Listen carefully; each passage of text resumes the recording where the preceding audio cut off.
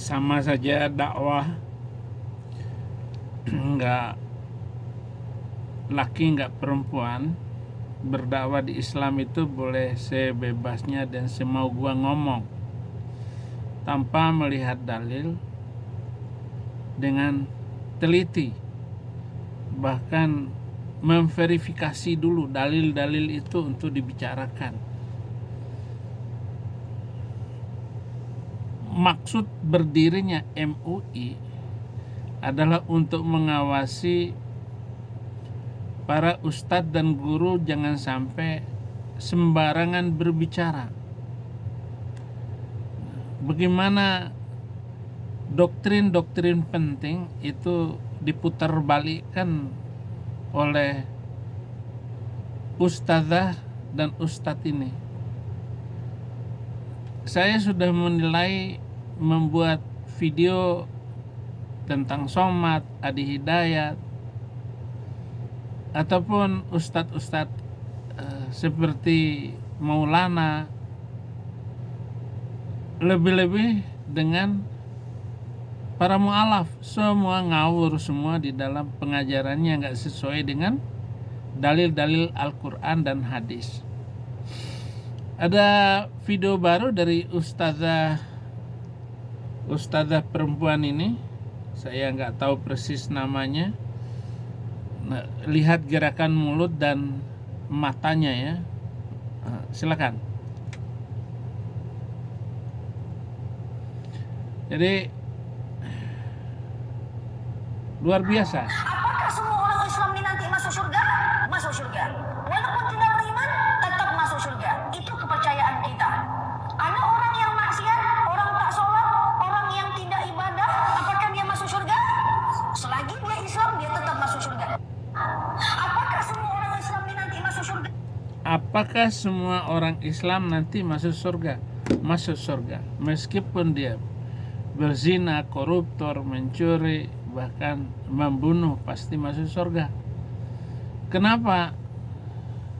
Ya begitulah ajaran Islam, kata dia. Bagaimana dengan pernyataan Al-Quran surat Maryam ayat 71-72 bahwa Muhammad juga masuk neraka dulu, dan dibiarkan orang-orang zalim di dalam neraka itu. Ayat 72-nya, dia tersungkur karena dia tidak diangkat dari surga. Jadi Muhammad saja masuk neraka dulu, Bu Ustazah. Ini luar biasa loh, saudara. Itu berkaitan dengan juga video Gus Islah yang mengatakan Tuhan itu nggak adil. Misalnya Thomas Edison, penemu listrik,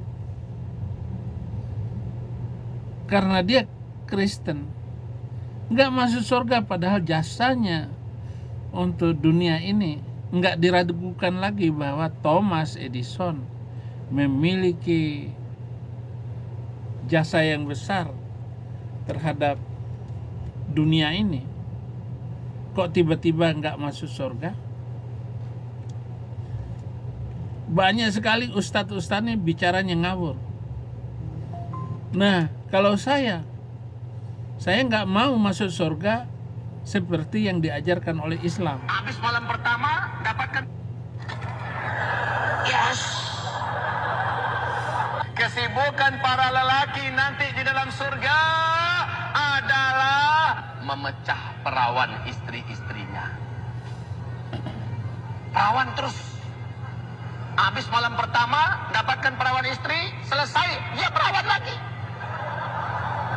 Gitu. Serius, Pak. Rasul berkata, maaf, zakar laki-laki ketika dia berdiri karena syahwat selama 70 tahun berdirinya. Yes. Tolong baca nanti dalam kitab Tamasya ke Surga oleh Syekh Ibnul Qayyim Al-Jauziyah. Judul aslinya adalah Hadil Arwah ila Biladil Afrah. Ya,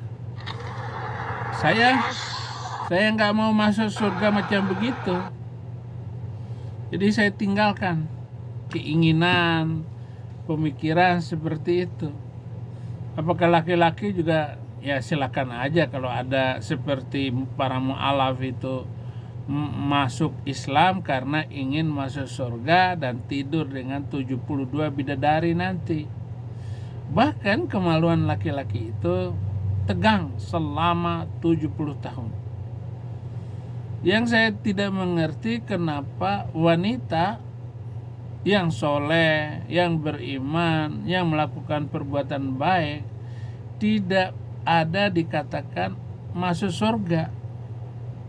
Dan satu-satunya ayat itu, satu-satunya bahwa wanita juga akan masuk surga, itu setelah didesak oleh istrinya. Bagaimana dengan kami perempuan masuk surga? Enggak.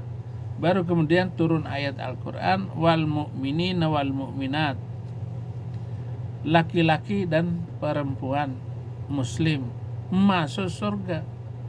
Tetapi apakah perempuan itu mendapat perlakuan yang sama dengan mendapatkan pangeran atau bidadara untuk tidur dengan dia? Nggak disebutkan berapa orang. Kalau begitu ya adil, masuk surga itu wanita juga harus tidur dengan 72 bidadara, pangeran-pangeran. Inilah model ustazah-ustazah yang ngawur di dalam menyampaikan berita, ngawur di dalam mengajar.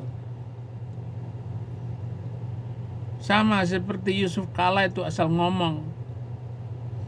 Dia kan ketua masjid, Dewan Masjid Indonesia.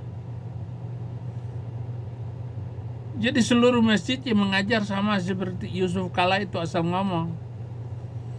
Islam itu jihad, Kristen juga berjihad, mati dan mematikan itu. Di Islam benar. Surat Taubah ayat 111. Baca sendiri saudara-saudara.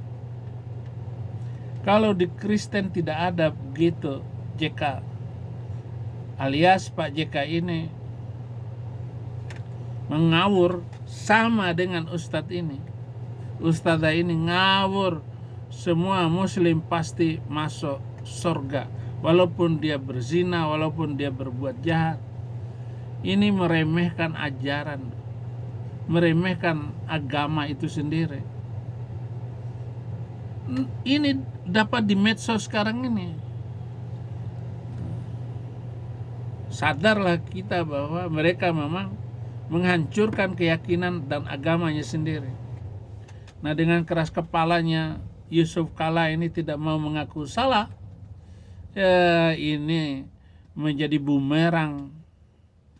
Betapa banyaknya nanti muslim masuk Kristen, tinggalkan agama karena para pemimpin, para tokoh, para ulama, kiai asal ngomong. Demikian, jangan lupa like dan subscribe. Tiada hari tanpa menginjil, tiada hari tanpa bersaksi. Tuhan Yesus memberkati.